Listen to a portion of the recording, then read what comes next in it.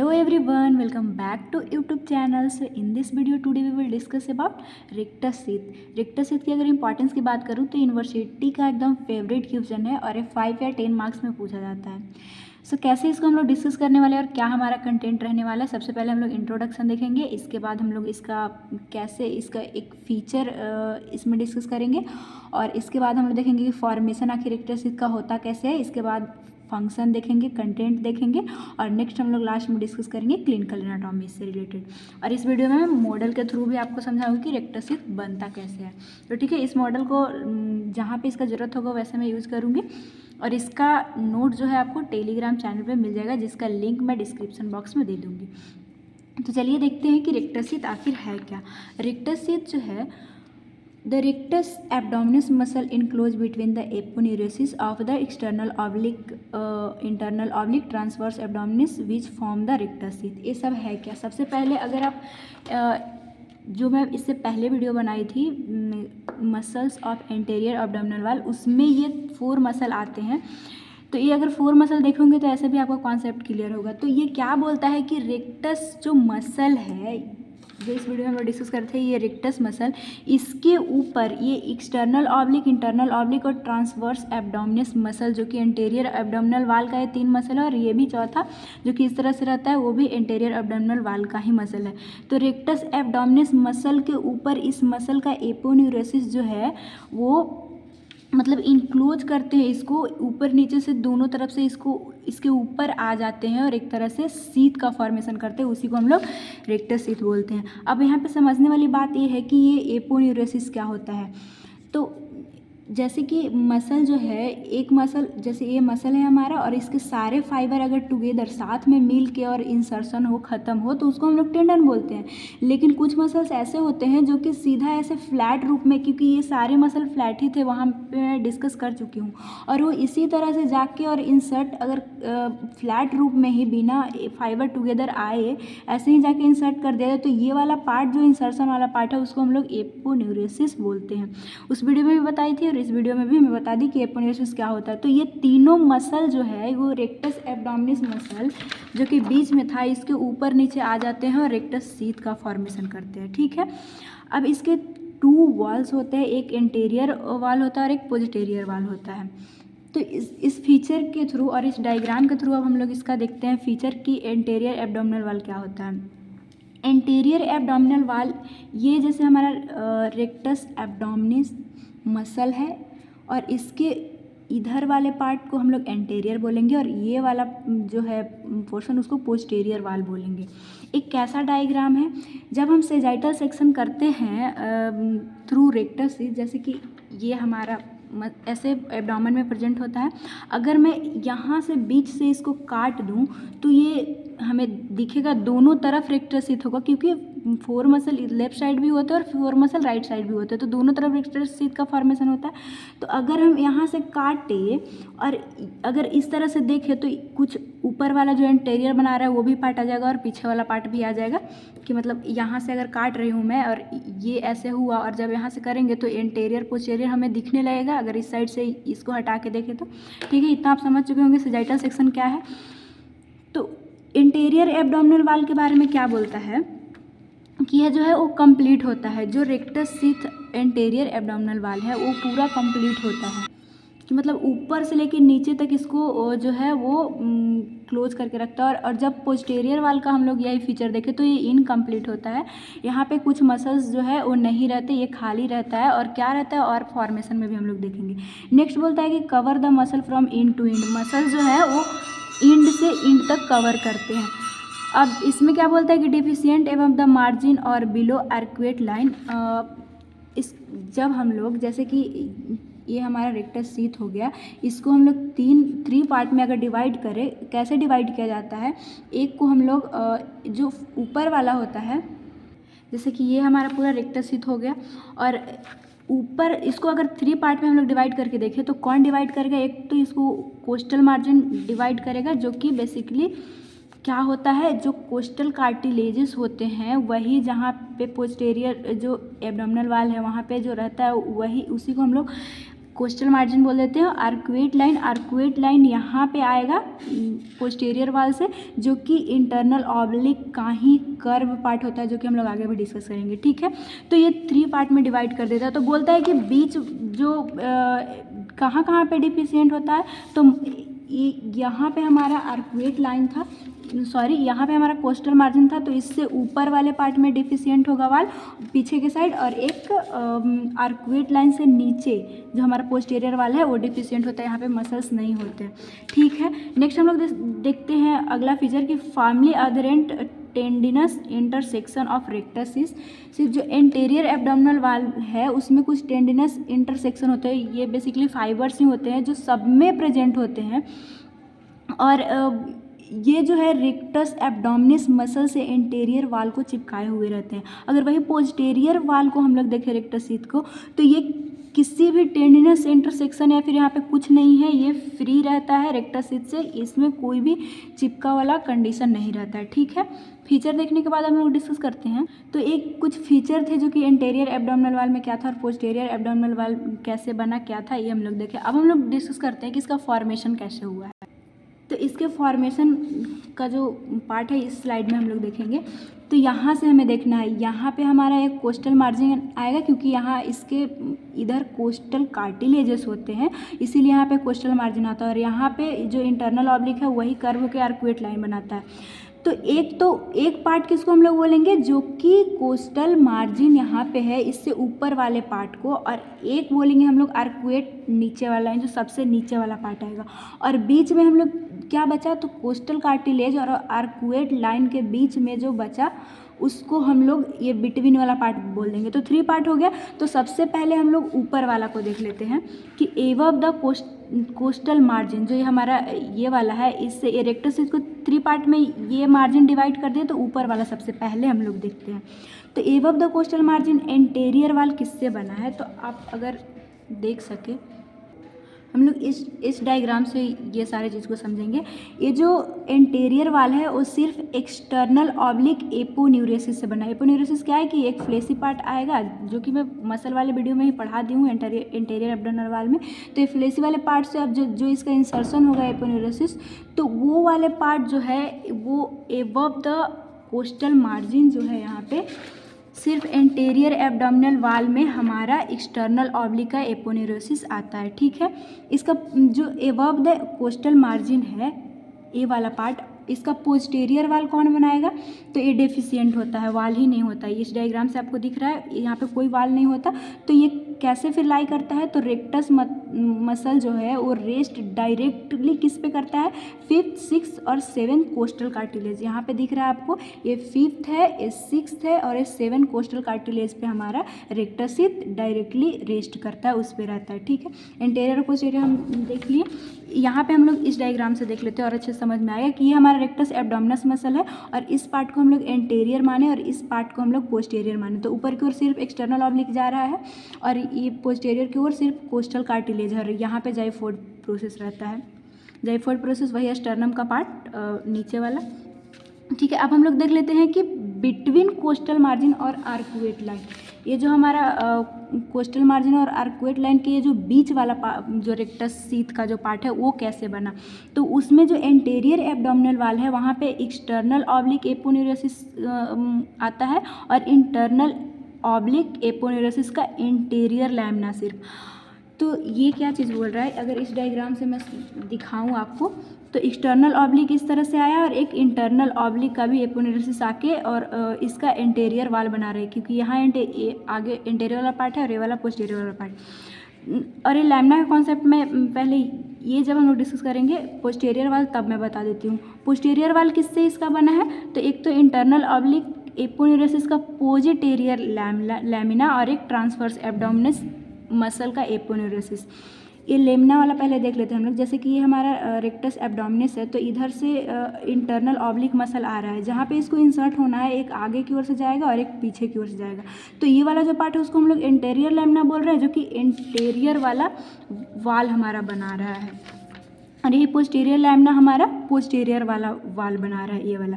और एक यहाँ पे क्या आ रहा है, ट्रांसवर्स एब्डोमिनस का एपोन्यूरोसिस। और एक चीज़ और क्या इस डायग्राम में आपको शो रहा होगा कि बिटवीन कोस्टल मार्जिन और जो आर्कुएट लाइन है उसके नीचे एक और फैसिया ट्रांसवर्सोलिस जो दिख रहा है, ये क्या है, जो हमारा ट्रांसवर्स एब्डोमिनस का जो एपोनेउरोसिस है ना, उसके नीचे एक फैसिया हो जाता है, उसी को हम लोग ट्रांसवर्स मतलब फैसिया ट्रांसवर्स बोलते हैं। नेक्स्ट क्या बोलता है कि अब हम लोग देख लेते हैं बिलो द आर्कुएट लाइन, जो हमारा ये वाला पार्ट है, बिलो जो आर्कुएट लाइन वाला जो रेक्टस शीथ का जो पार्ट बचा उसका इंटीरियर वाल किससे बन रहा है, तो इसमें तीनों मसल आ जाते हैं, एक्सटर्नल ऑब्लिक का भी एपोन्यूरोसिस, इंटरनल ऑब्लिक का भी एपोन्यूरोसिस और ट्रांसवर्स एपोन्यूरोसिस भी, लेकिन पोस्टीरियर वाला डेफिशिएंट होता है। इस डायग्राम से हम लोग देखते हैं इंटीरियर में एक्सटर्नल ऑब्लिक भी आ रहा है, इंटरनल ऑब्लिक भी आ रहा है और ट्रांसवर्स एब्डोमिनिस में आ रहा है, लेकिन पीछे की ओर कोई नहीं जा रहा है। पीछे की ओर क्या बच जाता है, सिर्फ वही फैसिया ट्रांसवर्सालिस जो कि ट्रांसवर्स मसल के जो पीछे था यहाँ पे, वही बस पीछे बच गया। ये भी जो ट्रांसवर्स था वो भी आगे चला गया जब इसको थर्ड वाला रेक्टस शीथ का पार्ट बनाना था। तो ठीक है, तो ये वाला पॉइंट आपका क्लियर होगा कि डिफिशिएंट हो जाता है पोस्टीरियर वाल, एक तो हमारा एबव द कोस्टल मार्जिन के ऊपर वाला भी और आर्कुएट लाइन के नीचे वाला भी वाल जो पोस्टीरियर है वो डिफिशिएंट है। इसको याद कैसे रखना है, इसको याद रखने के लिए एक ट्रिक है कि जो एंटीरियर एब्डोमिनल वाल जो बना है तीनों जो रेक्टस शीथ का पार्ट है, वो सबसे पहले तो जो एबव था कोस्टल मार्जिन के उसमें एक सिर्फ एपोन्यूरस एक्सटर्नल आया और जो बिटवीन में था उसमें 2 मसल आए और जो लास्ट वाला था वो 3 आए। तो 1 2 3 से ऐसे आप याद रख सकते हैं। अब पोस्टीरियर वाले याद रखने के लिए कि यहाँ पे कोई भी मसल का एपोन्यूरोसिस नहीं आया तो यहाँ पे 0 लिखेंगे, यहाँ पे सिर्फ 2 आया था इंटरनल ऑब्लिक और ट्रांसवर्स एब्डोमिनिस, तो यहाँ पे 2 लिखना है हमें और डेफिशिएंट यहाँ पे फिर से 0। तो अगर इस ट्रिक को 1 2 3 0 2 0 से अगर याद रखते हैं आप तो याद ये पॉइंट रहेगा और फॉर्मेशन आप एग्जाम में अच्छे से लिख पाइएगा। ठीक है, ये पॉइंट क्लियर हुआ होगा और ये डायग्राम भी क्लियर हुआ होगा कि किस तरह से मसल जाके और इसके ऊपर शीथ का फॉर्मेशन कर रहे हैं, उसी को हम लोग रेक्टस शीथ बोल रहे हैं। नेक्स्ट हम लोग पॉइंट डिस्कस करते हैं। नेक्स्ट हम कंटेंट हम लोग डिस्कस करेंगे नेक्स्ट स्लाइड में। उससे पहले मैं जो इसके लिए मेहनत की हूँ आपको समझाने के लिए कि और अच्छे से आपको समझ में आ जाए, मॉडल जो बनाए हूँ रेक्टस शीथ का उसमें क्या होता है कि हमें पता है कि रेक्टस एब्डोमिनिस मसल जो कि ऊपर से नीचे तक, ऐसा नहीं है कि सिर्फ यही वाला पार्ट है, ये पूरा रेक्टस एब्डोमिनिस मसल ही है और ये जो मार्जिन जो डिवाइड किया था उस मार्जिन को इस मसल में ही मैं शो कर दूँ। तो ये हमारा रेक्टस शीथ मसल था, इसके ये वाला जो पार्ट है उसको हम लोग एंटीरियर वाल बोल रहे थे और ये वाला जो पार्ट था उसको हम लोग पोस्टीरियर वाल बोल रहे थे। तो अगर हम लोग देखें तो ऊपर में क्या क्या आया, एक तो एक्सटर्नल ऑब्लिक मसल आया जो कि ये ऊपर से नीचे तक एकदम एंटीरियर वाल बनाने में साथ दिया था, तो ये हमारा एक्सटर्नल, और इसी तरह से मसल होते भी है, सबसे पहले एक्सटर्नल ऑब्लिक होता है, इसके बाद इंटरनल ऑब्लिक होता है, तब ट्रांसवर्स एब्डोमिनिस होता है और इसके बाद रेक्टस शीथ हमारे एब्डोमेन में प्रेजेंट होते हैं। तो ये जो एक्सटर्नल ऑब्लिक जो है एंटीरियर वाल बनाने में तीनों पार्ट में साथ दिया था, तो ये तीनों पार्ट में है। यहाँ से आप देख सकते हैं कि अगर ये मसल का हम लोग रेक्टस शीथ का पार्ट भी किए हैं रेक्टस एब्डोमिनिस के हेल्प से, तो ये तीनों में आ रहा है। लेकिन जो ये हमारा इंटरनल ऑब्लिक है ये इंटीरियर वाल बनाने में सिर्फ 2 ही जगह पे काम आ रहा है। कहाँ कहाँ पे, एक बिटवीन द कोस्टल मार्जिन और एक आर्कुएट लाइन। जो बिटवीन वाला पार्ट जो ये वाला हमारा पार्ट हो गया और बिलो जो आर्कुएट लाइन का था ये वाला पार्ट, तो वहाँ पे ये ट्रांसवर्स एब्डोमिनिस दोनों पार्ट में आ रहा है हमारा इंटरनल ऑब्लिक। अब हम लोग देख लेते हैं कि ये जो ट्रांसवर्स एब्डोमिनिस था वो सिर्फ बिलो द आर्कुएट लाइन के नीचे आया, तो यहाँ पे आप देख सकते हैं इस तरह से। तो आपको करना क्या, एक्सटर्नल ऑब्लिक पूरा में आता, दूसरा वाला सिर्फ 2 में आया और फिर से 1 में हो गया, तो 3 2 1 इस तरह से भी याद रख सकते हैं या फिर 1 2 3 भी आप याद रख सकते हैं, जैसे भी आपको बस याद करना है। अब हम लोग पोस्टीरियर वाल के लिए हमारा क्या है, इंटरनल ऑब्लिक आया था, वो भी सिर्फ बीच वाले पार्ट में, क्योंकि इधर तो डेफिशिएंट है, कुछ है ही नहीं, यहाँ पे आप देख सकते हैं। और एक हमारा ट्रांसवर्स एब्डोमिनिस आया था। तो ये हमारा मॉडल था जिससे आपको और अच्छे से समझ में आया होगा। अगर इसी तरह से और भी वीडियो देखना चाहते हो तो प्लीज़ आप मेरे चैनल को सब्सक्राइब कर लीजिए, चाहे वो सोशियो हो, साइको हो या फिर फिजियोलॉजी हो, सारा आपको वीडियो प्लेलिस्ट पे मिल जाएगा। तो अभी तक आप मेरे चैनल पे नए हो और अगर नहीं जानते तो सब्सक्राइब करके पूरा वीडियो देख सकते हैं इसी तरह से और कॉन्सेप्ट क्लियर कर सकते हैं। अब हम लोग जल्दी से कंटेंट इसका देख लेते हैं। कंटेंट देखने से पहले जो हमारा आर्कुएट लाइन बना था उसका कॉन्सेप्ट थोड़ा सा मैं बता देती हूँ। ये जो आर्कुएट लाइन था, जो मैं बार बार बोल रही थी कि जो हमारा इंटरनल ऑब्लिक मसल है उसी को कर्व होने से बना है, वही मैं लिख चुकी हूँ वर्ड्स। ताकि आपको याद रहे। Midway between umbilicus and pubic symphysis posterior lamina of aponeurosis internal oblique muscle and free और कर्व हो जाता है, जिसको हम लोग आर्कुएट लाइन या फिर इसी को लीनिया सेमी सर्कुलरिस भी बोलते हैं और फोल्ड ऑफ डॉगलस भी बोलते हैं। ये थोड़ा सा कॉनकेव और डाउनवर्ड आ जाता है। तो मिडवे बोला कि अम्बिलिकस और इधर कुछ होगा प्यूबिक सिम्फाइसिस, तो यहाँ पे हमारा मिडवे में ये कर्व हुआ है और आर्कुएट लाइन बनाया था। और कोस्टल मार्जिन क्या था, यही कोस्टल जो कार्टिलेजेस थे उसके रहने से जो मार्जिन टाइप्स बना था। नेक्स्ट देखते हैं कंटेंट ऑफ रेक्टस शीथ। इसमें मसल आएंगे, आर्टरी आएगा, वेन आएगा, नर्व आएगा। मसल क्योंकि रेक्टस शीथ के ही ऊपर नीचे सारे काम हो रहा है तो वो वाली लिखाएगा ही लिखाएगा, रेक्टस एब्डोमिनिस मसल। नेक्स्ट है पायरामिडालिस। ये बहुत छोटा मसल होता है जो रेक्टस एब्डोमिनिस के ऐसे नीचे होता है, ये भी इस शीथ में आ जाता है। और एक आता है सुपीरियर एपिगेस्ट्रिक आर्टरी और एक इन्फीरियर एपिगेस्ट्रिक आर्टरी, जो आपको डायग्राम में भी शो। ये रहा हमारा सुपीरियर एपिगैस्ट्रिक आर्टरी और इन्फीरियर एपिगैस्ट्रिक आर्टरी, जो कि आपको एनास्टोमोसिस करते हुए दिख भी रहा होगा। तो 2 आर्टरी कंटेंट में आ गए। अब कुछ वेन्स भी होते हैं, सुपीरियर एपिगैस्ट्रिक वेन जो कि ज्वाइन होता है जाके इंटरनल थोरेसिक वेन से और जाके अपना जो डीऑक्सीजनेटेड ब्लड है वहाँ पे ड्रेन करता है। इन्फीरियर एपिगैस्ट्रिक वेना कमिटेड जो कि ज्वाइन होता है एक्सटर्नल इलियक वेन से और अपना डीऑक्सीजनेटेड ब्लड उसी में ड्रेन कर देता है। नर्व्स कुछ आते हैं, नर्व्स का क्या नाम है, लोअर 5 इंटरकोस्टल नर्व और सब कोस्टल नर्व यहाँ पे आते हैं। ये इंटरकोस्टल नर्व जो सप्लाई कर रहा था हमारे मसल को, इसी के अंदर रखकर और उस सब मसल को सप्लाई कर देता है हमारे इंटीरियर एब्डोमिनल वॉल वाले मसल को। इस वाले पॉइंट पे आपको ध्यान नहीं देना है, इसी पॉइंट को मैं इन्फीरियर एपिगैस्ट्रिक आर्टरी से ही रिलेटेड हमारा क्लिनिकल एनाटॉमी, तो वहाँ पे मैं डिस्कस कर दूँगी। इसके फीचर, कंटेंट, फॉर्मेशन सारा चीज़ देखने के बाद अब हमारा फंक्शन आता है कि फंक्शन क्या है, आखिर रेक्टस शीथ क्यों हमारे एब्डोमेन में बना। तो ये इसलिए बना ताकि मेंटेन करे strength of interior abdominal wall. अब सोचिए ना, इस तरह से एक शीथ का फॉर्मेशन हो रहा है और इस क्योंकि हमारे एब्डोमेन में बहुत सारे कंटेंट हैं तो स्ट्रेंथ और भी ज़्यादा हो, ताकि किसी भी वजह से, क्योंकि जब हम लोग मसल का फंक्शन पढ़े थे तो वहाँ पे देखे थे कि ये मिक्चुरेशन, पार्चुरेशन, जब बेबी डिलीवर करना होता है उस टाइम भी जो हम लोग एफर्ट लगाना पड़ता है तो ये काम आता है। तो इस स्ट्रेंथ के वजह से ही, नहीं तो अगर स्ट्रेंथ ना रहे तो हो सकता है कि कंटेंट जो भी एब्डोमेन का है वो बाहर आ जाए, क्योंकि एब्डोमेन में तो बहुत सारे कंटेंट होते हैं। तो वही स्ट्रेंथ प्रोवाइड करता है इंटीरियर एब्डोमिनल वॉल के, ताकि चाहे जो भी कंडीशन हो सारे कंटेंट हमारे एब्डोमेन में रहे। नेक्स्ट क्या बोलता है कि इंक्रीज एफिशिएंसी ऑफ मसल की एफिशिएंसी भी बढ़ाता है, उसकी जो कैपेसिटी है वो भी, क्योंकि सारा एक से जुड़ा हुआ है तो एक तरह से एकदम पूरा स्ट्रेंथ प्रोवाइड करते हैं हमारे मसल्स को। अब हम लोग लास्ट डिस्कस कर लेते हैं क्लिनिकल एनाटॉमी। तो जो हमारा इन्फीरियर एपिगैस्ट्रिक आर्टरी था जो आर्कुएट कर रहा था, जो पियर्स कर रहा था यहाँ पे आर्कुएट लाइन पे, उसका ये हेल्पफुल होता है हार्निया को डिटेक्ट करने में। जो वहाँ पे क्या हार्निया बेसिकली है क्या कि एब्डोमिनल कंटेंट का बाहर आ जाना, बेसिकली इंटेस्टाइन इस सब का। तो इसके अगर आप हार्निया पढ़े हैं तो उसमें, नहीं भी पढ़े तो आगे पढ़िएगा, एक डायरेक्ट होता है एक इनडायरेक्ट होता है। तो कैसे उसको सर्जन जो है वो मतलब उसका नाम देते हैं कि ये डायरेक्ट है और ये इनडायरेक्ट है। तो अगर हार्निया का कंटेंट जो है वो ये इन्फीरियर एपिगैस्ट्रिक आर्टरी के मेडियल साइड रहा, जैसे कि अगर इस साइड को हम लोग मेडियल माने और इस साइड को लेटरल माने, तो अगर एब्डोमिनल कंटेंट इस तरह से इधर निकला हुआ मिल रहा है तो उसको हम लोग डायरेक्ट बोल देते हैं हार्निया।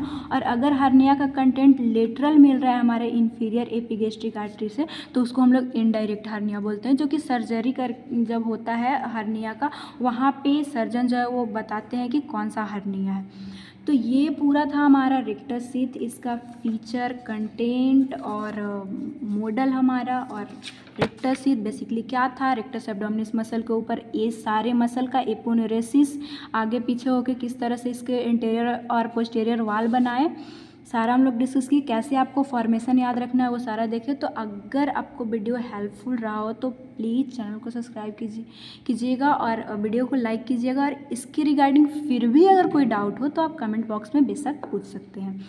Thanks for watching. इसका नोट्स आपको टेलीग्राम चैनल, जिसका लिंक डिस्क्रिप्शन में है, प्रकाश नर्सिंग अकेडमी से आप डायरेक्ट भी वहाँ जाके देख सकते हैं। मिलेंगे नेक्स्ट वीडियो में नेक्स्ट कंटेंट के साथ।